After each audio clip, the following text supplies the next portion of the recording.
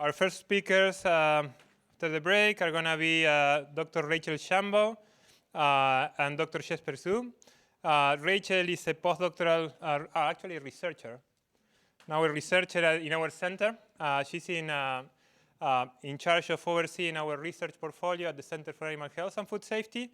Rachel is a veterinarian and PhD from the US, and Jesper, he's a veterinarian originally from Taiwan, who currently is one of our graduate students in the center.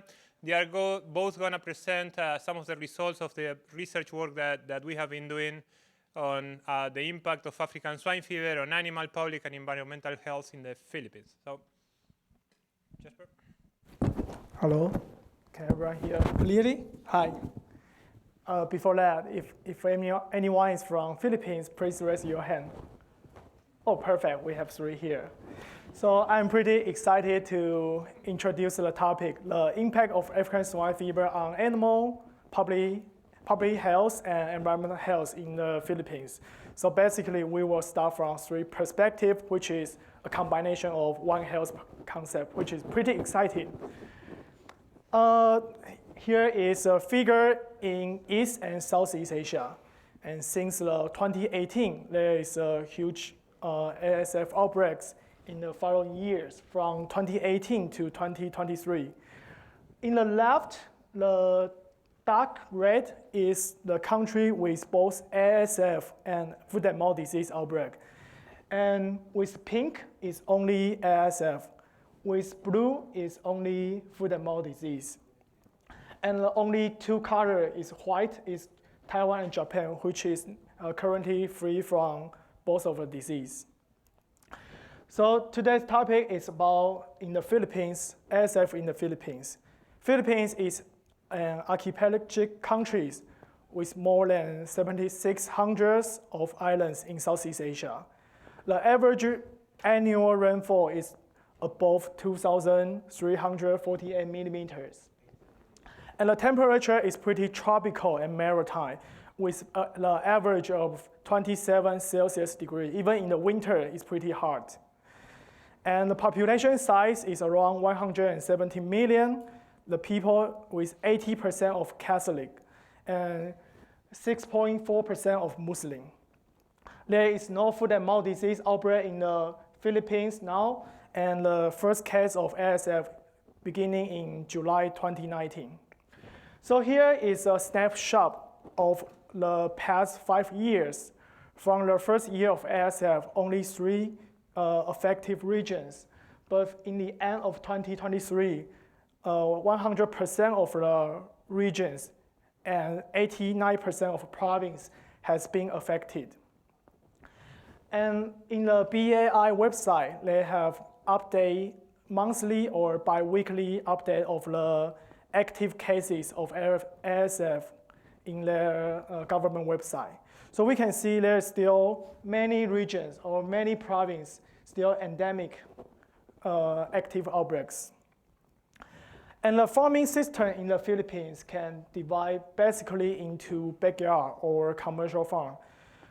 Although the past 30 years, the backyard is slightly decreasing and the commercial farm is slightly increasing, but the ratio and proportion is pretty similar between 70 to 80 of backyard and 20 to 30% of commercial farm.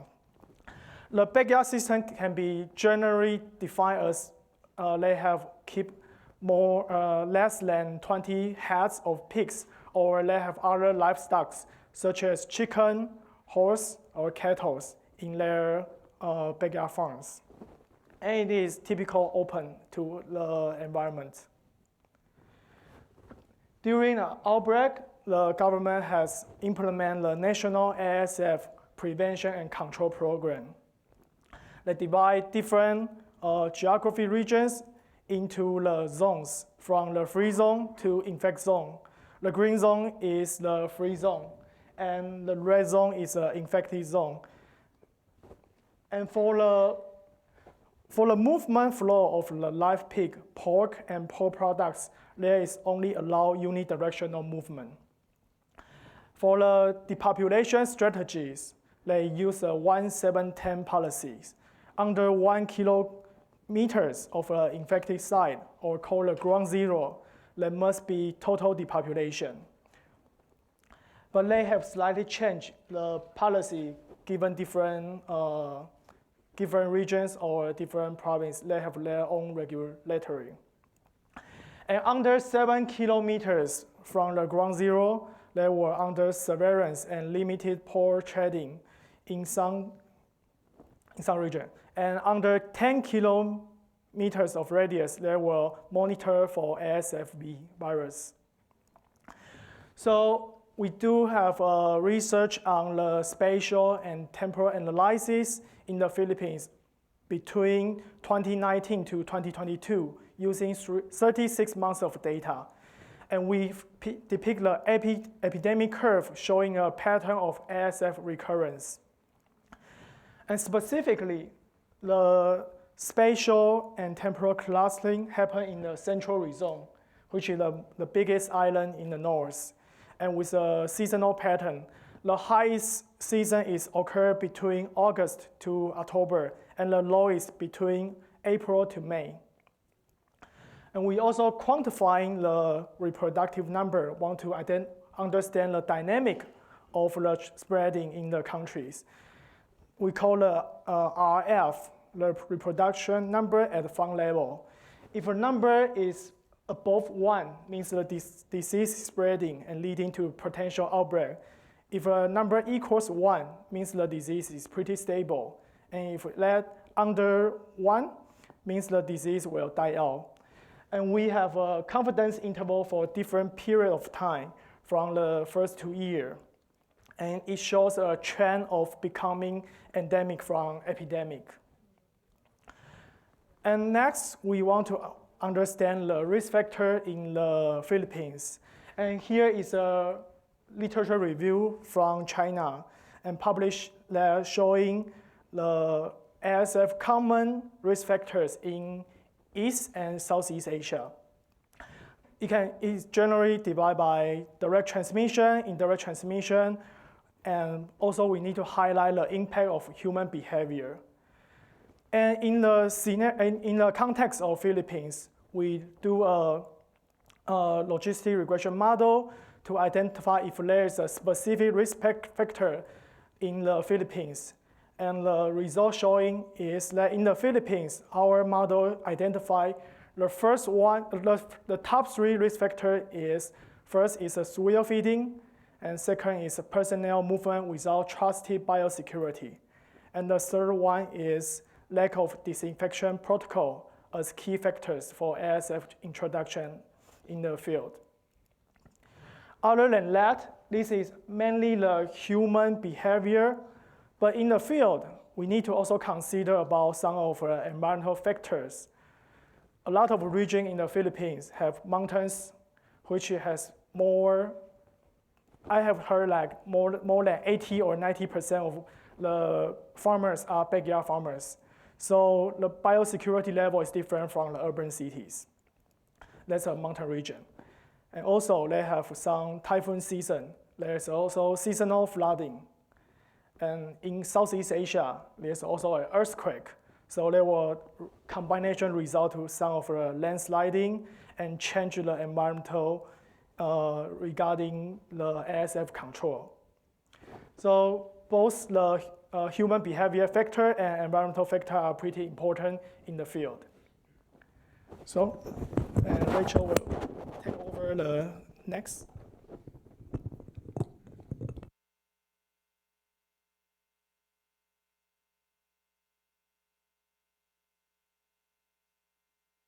Okay, awesome. Thank you, Jesper, for that introduction to more of the animal health impacts of ASF in the Philippines.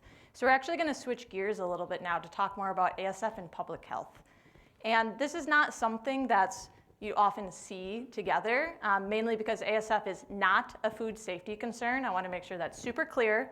It is not a food safety concern, and the virus does not infect humans. However, I'd like us all to consider that the ability of a pathogen to infect you is probably a fairly narrow view of what your health is and all of those components that make up your health. Right, according to the World Health Organization, health is that state of complete physical, mental, and social well-being, and not merely just the absence of a disease or an infirmity.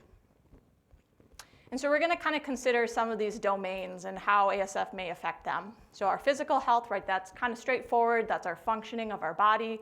And right, that's affected not just by pathogens, by chronic disease, by aging, by the burden of work that we have, all of those things. And then there's our food security. So this is different from food safety. So food security is that state of having access to a sufficient quantity of affordable and nutritious food. And then our mental health and well-being. So that has these domains of our emotional health, psychological, and our social well-being. And then looking at social wellness as that concept of our relationships and how we interact with others. So looking at ASF and food security a little bit more in detail. So I think this is something that Jesper has put together. So this is looking at the quarters over time. And you can see that line there is the ASF outbreaks. And then we're looking at the price in pesos per kilogram. And you can see it just climbing as we go, and it's still elevated, over about 160% increase.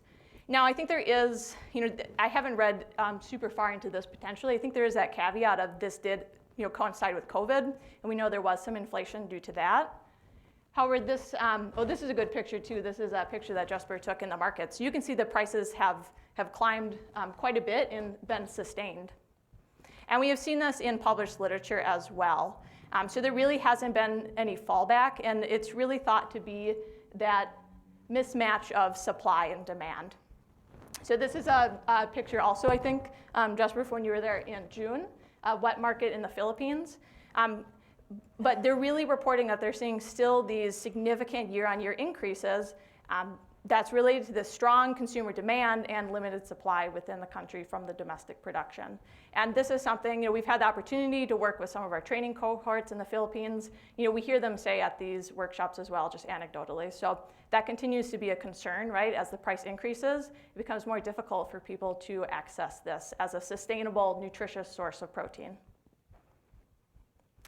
And then another concept that I think is a little bit less new nowadays, there's been more work into this, but how these animal health emergencies affect our mental and social well-being.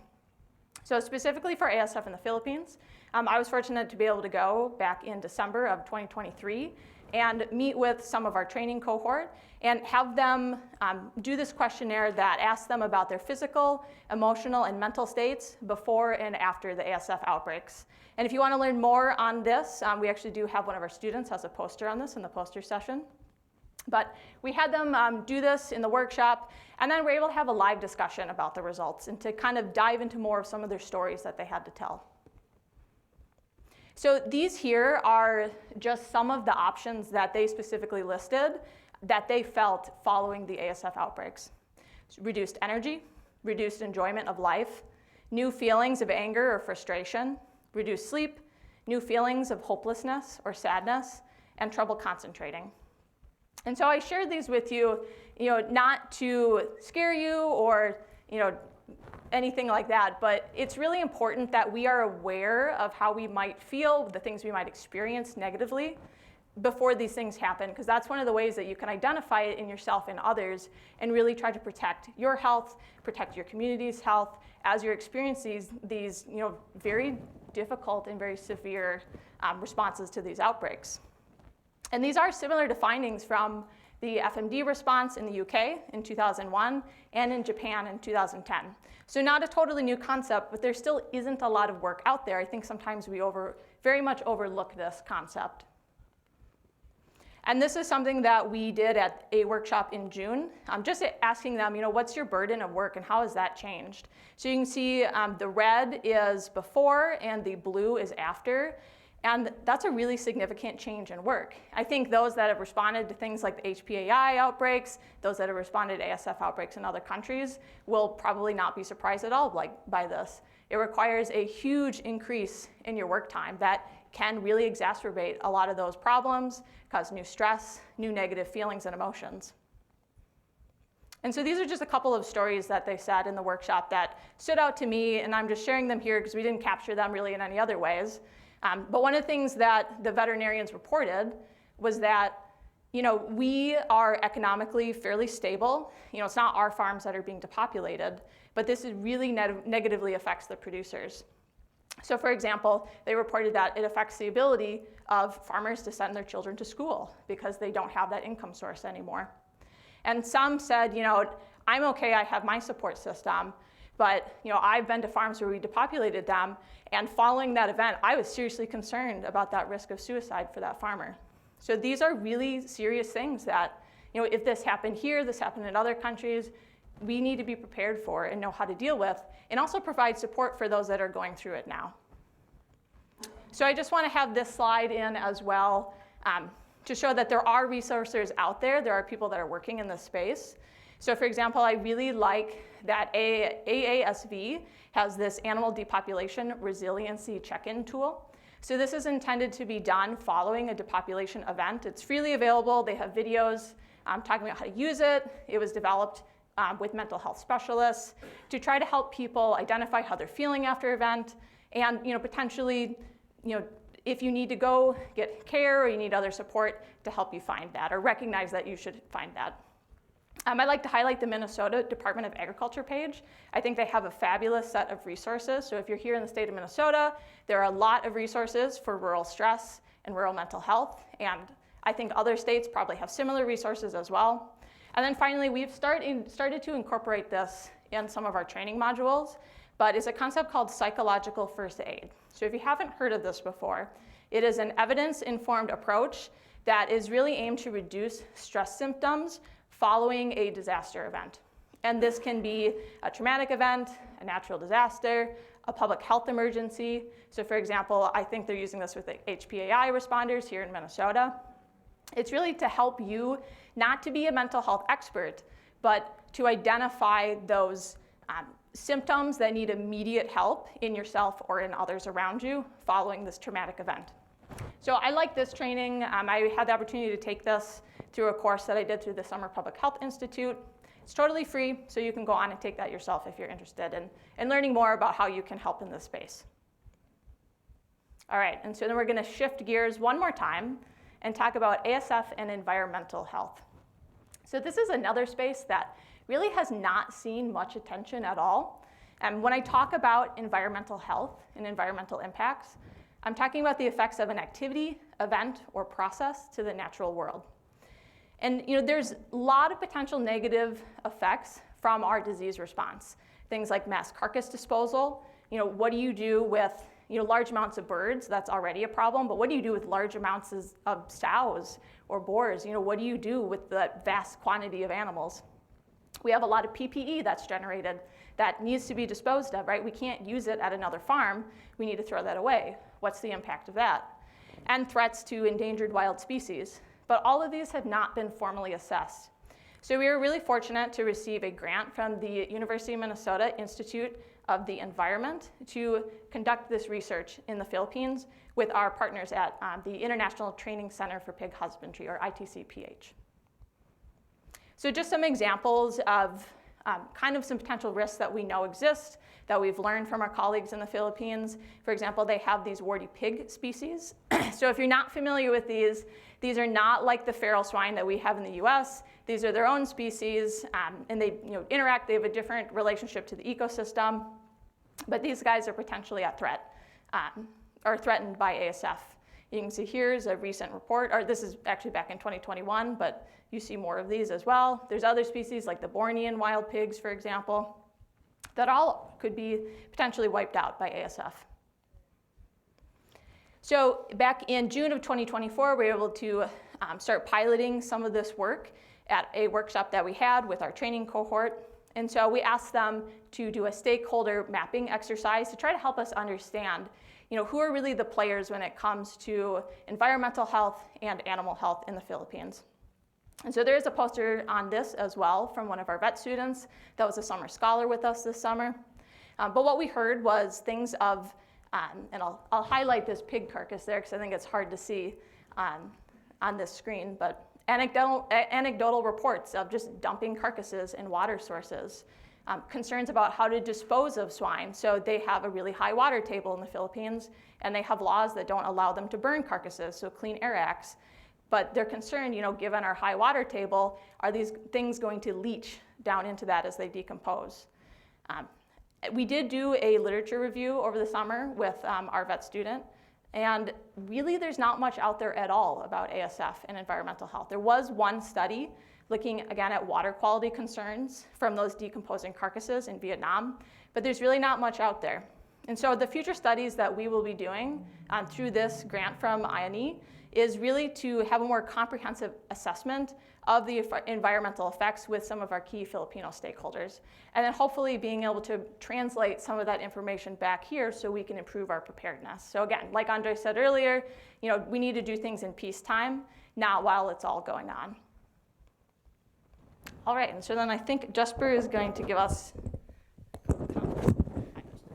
Yeah, here is just some highlight of some challenges in the Philippines. There's four. We receive a lot of feedback from our cohorts in the Philippines. First is lack of proper waste management system. As you can see in the previous slide, there's a pig in the river. Because in the regulation in the country, incineration is being prohibited, and there's not proper waste management system as well, so it's hard, very hard, challenging in the field. And second is the rural-urban inequality across the Philippines. Some of the region is pretty urbanized, but some of them still maintain mountain regions, which is rural. And three is the diagnostic capabilities in some regions. The diagnostic resources is different. And fourth is a shortage of veterinarian and some of the manpower.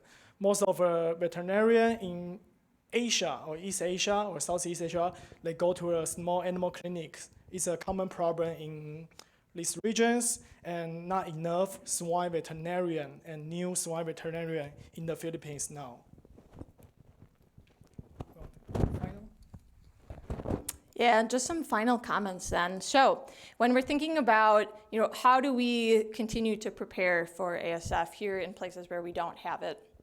We really need to work on taking that more of a One Health approach. So I think Jesper laid out very well that need for animal health, controlling ASF in different epidemiological scenarios, right? What works in one place doesn't necessarily easily translate to other areas. So we need to really have these situation and context-specific strategies that recognize those socioeconomic and those cultural differences, ultimately hoping to reduce the impact of ASF on swine health. But we also need to pay attention to some of these other domains and continue that conversation. So not just stopping it as an animal health emergency, but recognizing that it does impact our health. We need to address the food security issues, and those again are not going to be the same in different regions. And that physical health and safety, mental well-being and social well-being. And then finally, looking at with the environment. We need to do the best we can to manage these outbreaks, but at the same time, we should try to do the best we can as well to mitigate those negative impacts to the environment, ultimately to protect public, animal, and ecosystem health.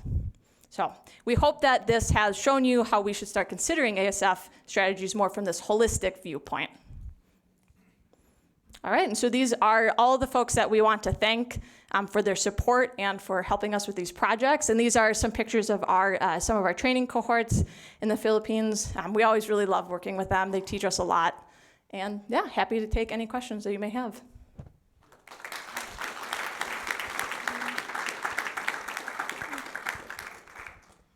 Thank you. Are there questions for Jesper and Rachel?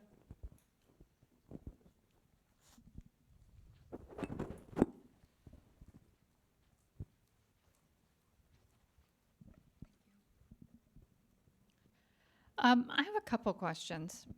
I have many, but I'll contain myself. One of the things that you mentioned was kind of this extra burden of work that producers and farm workers are handling. Do you feel like that is related more to not just the culling of animals, but a new, is that because of new biosecurity that they're putting forward, or what, what is that based off of? And then I'm going to give you a couple questions, and then you can answer. You mentioned that they can't burn the carcasses. So what are they doing? How are they disposing of carcasses? And then the last one, which hopefully these will all be quick answers, but you showed a lot of like U.S. resources for kind of mental health options. You had several things. What's available, if anything, to producers in the Philippines, right? Sometimes, even as Americans, we don't look outside of our world, right? So are there resources that are available to the producers that are there that are struggling with this? Because we certainly hear that, in the, avian, the folks calling avian influenza, animals, et cetera. This is, as you said, this is not new. Yeah, great questions. Okay, so first question for burden of work. So just to be clear, on that slide that we showed was from the respondents that you see there that are all veterinarians. So that was, just to be specific, was responding to their increased burden of work, which would be all of the regulatory activities and all of those things to respond to the ASF outbreaks. But I'm sure, especially anybody here from the Philippines can probably agree with this, I'm sure the farmers also have a huge increased burden of work, because this just adds a whole lot, like biosecurity and all of those things, and trying to comply with policy and such. Second question was on, can you remind me? The disposal of Disposal. Do you want to answer? So basically, it's a burial. If there is a new comments, you can raise your hand. Yeah, as far as I understand, it's burial in the ground, and you have a specific distance according to the WOHA guideline, and follow this kind of guideline to do the burial. And from the first, I want to supplemental more about the paperwork, because the government need to have a lot of paperwork. You need to have a certificate, so you need to go to a farm. You have extra work, a lot, and you need to fill a form for your Batangas or your province, different levels. And there's a lot of checkpoints. You need to visit the checkpoints, and there's some new people reporting you. But in your office, you are the only one vet. So you need to handle multitask a lot. So that's, I think it's an extra burden for the Philippines. And the system is not very good, because in the United States, we know a lot of it is in the cloud. We upload in the cloud, and everything is fixed very quickly, and engineer can handle this kind of things. But in the Philippines, it's largely depend on the paperwork. So you need to stamp, and you need to qualify by your manager, something like that. So it's very bureaucracy things and paperwork. Thank you. And then last question on resources that are available, mental health resources. So I'll give my answer, and then I'll let my Filipino colleagues here either agree, disagree with that. But basically what I was told at that workshop was that the number of mental health practitioners per population there is very, very low. So it's already, hard to find mental health practitioners here in the US, kind of like as you pointed out, we have those resources. It's even worse in parts of Asia. So particularly less resources. And I remember when I showed them the psychological first aid, like they all had their cameras out and were taking pictures, and we're like, oh, that's like really cool that exists. So I don't think a lot of those resources necessarily exist, but fortunately a lot of them are free online. So these are things, right, that we can share, and if we publicize them, hopefully other people can find benefit.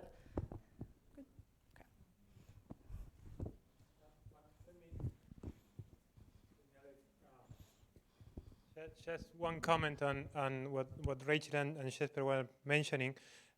We have seen we are working now have been working in the Philippines for 3 years.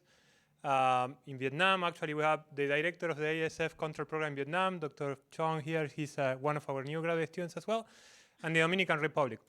One of the things we have consistently seen in these different locations is that the difference between the ASF emergency and for example, HPI is at the extended period of time here. So normally with an epidemic, even if it's really bad, we know it's going to be really bad months, 2 months, maybe 3 months maximum. Some of these folks have been dealing with this situation for years now. That's different with this disease. So it's incredibly stressful. And at the beginning, we are just starting to work in mental health, which is really interesting. But what we have seen are at the beginning certain signs of anxiety, and how people may feel anticipating the problem that may happen. And the way you can work to try to prevent that is trying to give them knowledge on how they can be prepared to manage the situation. So reducing the anxiety, but giving them knowledge on how the situation will be. But then soon after the outbreak starts, there is this fatigue. There is this number of signs that will lead eventually to depression. So that's the sign that we start seeing after the outbreak. So eventually, at some point, as Tim Snyder was saying in his presentation, you reach this point in which he was referring to demand, right? So you reach that point in which managing the media and communication, you build trust again, and you kind of get back to normal. So it's kind of like that what we have been seeing. Is you need to pass those months of initial stress and tension, and work with the workers to reach that sort of stability, right? So these are some really bad months until eventually people. But that process until adaptation is the problem again with ASF is the duration of time. I mean, if you don't pay attention, you may be dealing with that situation for years. Sorry, I didn't mean to talk, but you know me. So, are there more questions for Jesper and Rachel? Okay, thank you so much, guys.